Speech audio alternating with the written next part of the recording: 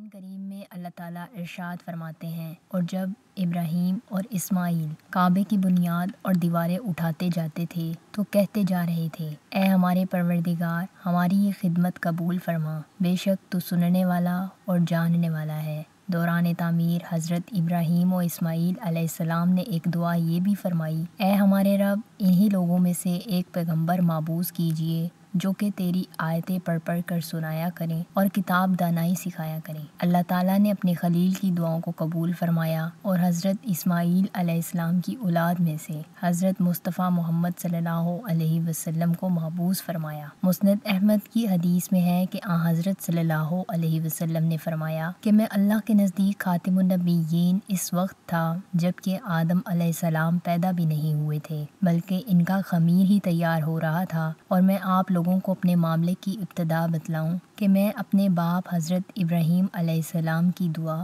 حضرت عیسیٰ علیہ السلام کی بشارت اور اپنی والدہ کے خواب کا مظہر ہوں۔ آپ صلی اللہ علیہ وسلم کی والدہ نے حالت حمل میں خواب دیکھا کہ ان کے بطن سے ایک نور نکلا جس سے ملک شام کے محلات جگمگا اٹھے۔ قرآن کریم میں حضرت صلی اللہ علیہ وسلم کا تذکرہ سورۃ آل عمران اور سورۃ جمعہ میں موجود ہے، جس میں اس بات کا اشارہ ہے کہ حضرت ابراہیم علیہ السلام نے جس رسول کے بھیجنے کی دعا فرمائی تھی وہ حضرت صلی اللہ علیہ وسلم ہی ہیں۔